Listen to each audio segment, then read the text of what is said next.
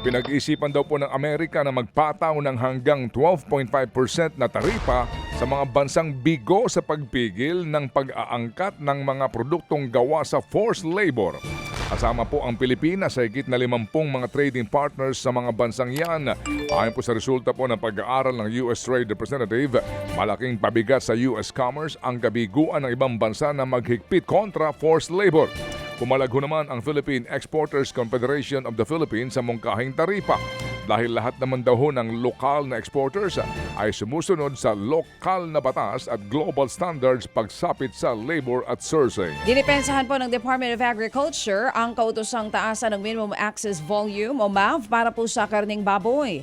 Ang paliwanag po ni DA Secretary Francisco Chulorel, kailangan ito dahil sa panibagong banta ng African Swine Fever at inflationary pressure. Akala ko ba nung unang panayam natin kontra siya rito? Yun na nga, nagulat din ako sa balitang ito. Oo, nung huli pa namang usap natin Ayan sa na. mga pork producers, hindi ba? Umaasa sa kanya.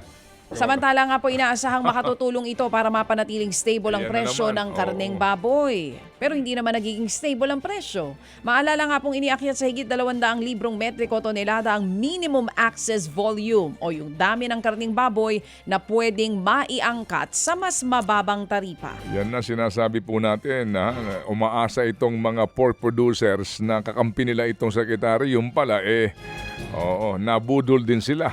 Sinitaho naman ng DA ang 36 na mga tindero daw ng bigas na hindi sumusunod sa price cap na 50 pesos per kilo sa imported rice. Nag-issue na raw po ang DA ng Notice of Violation. Kasunod daw po ng naging inspeksyon sa mga piling pamilihan sa buong bansa noong Lunes. Ayon po sa DA, nasa 822 stalls sa mga inspection stalls ang nagbebenta po ng imported rice. At lumalabas daw na wala pang kalahati sa mga ito ang nasunod sa price cap. Ikinagulat din daw po ng DA dahil hindi masukat ang compliance sa ilang rehiyon dahil po sa wala sa mga inspeksyon mga tindero ang nagbebenta ng imported na bigas. Samantala, binigyan po ng Civil Aviation Authority of the Philippines o CAAP ang AirAsia ng hanggang June 6 para mabayaran ang mga utang nito. Sa ngayon po kasi mayroon pa itong natitirang 270 milyong pisong pagkakautang. Kasama po dito ang mga hindi pa bayad na air navigation charges, landing at parking fees, passenger service charges at iba pa.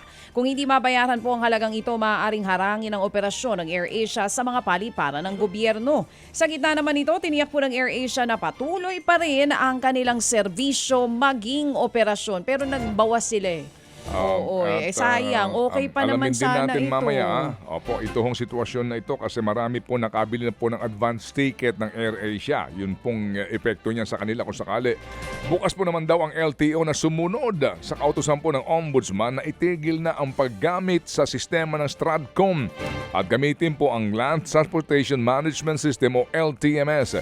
Ipinahinto ng Ombudsman ang paggamit sa Stratcom dahil nga sa maanumalyang kontrata nito at binanggit din po ng Ombudsman na base daw po sa report ng COA, higit 600 milyong piso ang kinokolekta ng LTO sa publiko para ibayad sa Stratcom noong 2025.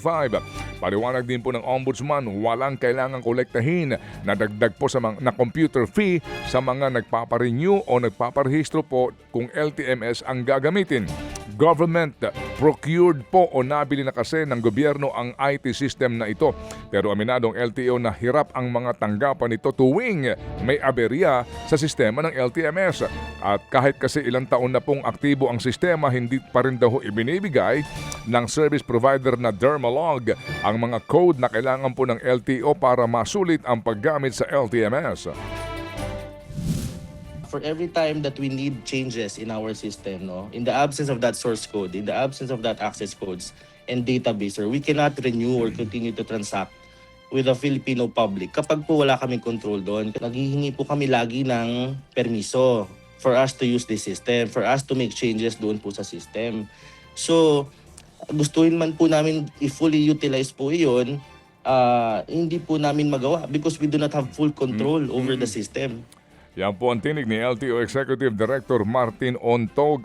Mga kapatid, patuloy po kayong tumutok sa 105.9 True FM para sa totoong balita, impormasyon, music and entertainment. Mag-subscribe sa aming YouTube channel at podcast at sundan nyo kami sa Facebook, Instagram, X at TikTok sa True Network PH. Bisitahin din po ang aming official website, truefm.ph. At panoorin din kami sa True TV Signal, Channel 19. Kami po ang 105.9 True FM. Laging true sa'yo, kapatid. Ito tayo sa